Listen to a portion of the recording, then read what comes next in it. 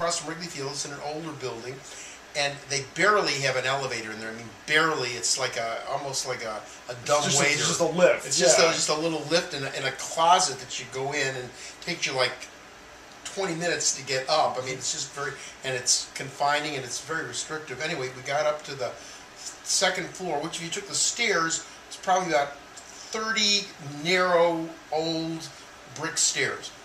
So we're up there, party, up there for about 3 hours. Party's over. Push the elevator, doesn't work. Push the elevator, doesn't work. 15 minutes, 20 minutes, 30 minutes, they're all scrambling. 40 minutes, 50 minutes, 60 minutes. It's an hour.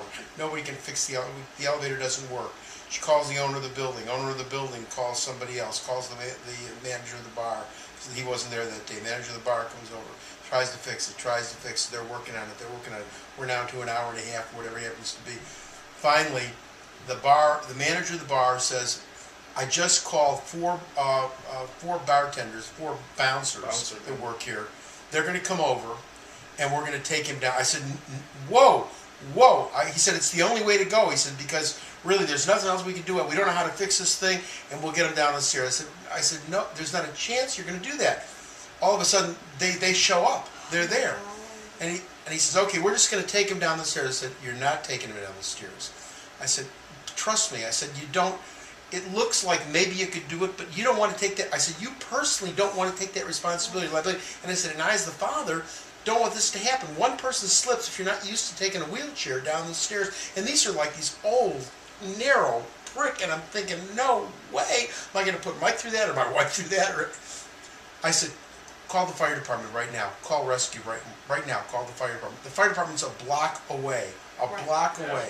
He called the fire department. The fire department said, is he going to go to the hospital after we bring him down? He said, no, he's not going to the hospital. He said, we're not coming out.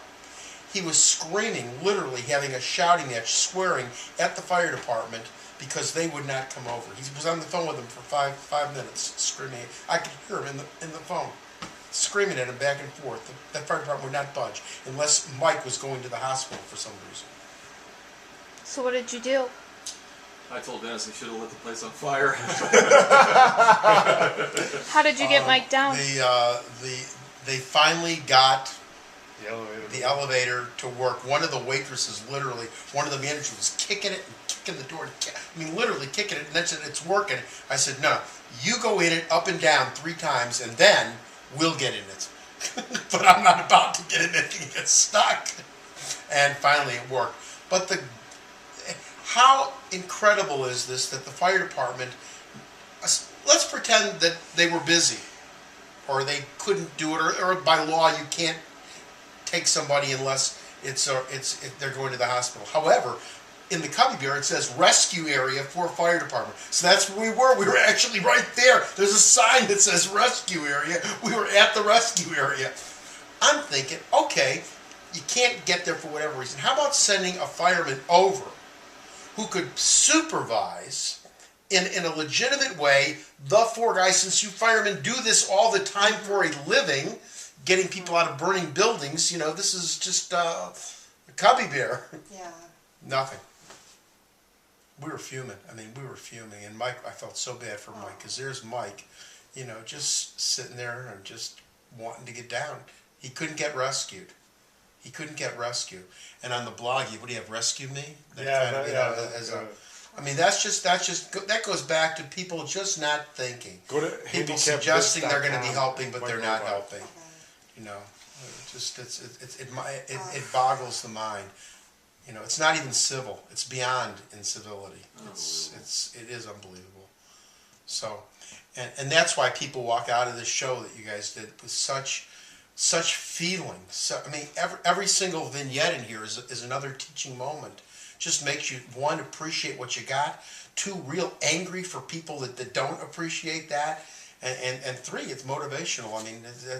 As I'm listening to you, replaying it again, I saw it twice, and of course I've been living it, but and all the things you did, we've certainly been through all those things, and the words that Mike says in here, the rough ones. The real rough ones,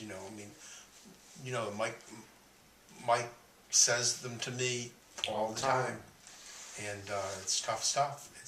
And I understand that as much as I can. can't get there. You can't be there. That's why this is so important to so many people, because all these voices, all your voices are going to speak to everyone in the country.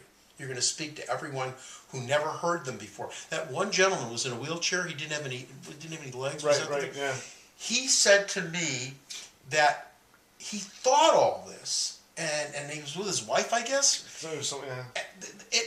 All of those things that were going on were between his wife and him, but they were never out in the open, and here it was. It was almost like it was just that therapeutic, it was detox almost, you know? It was amazing.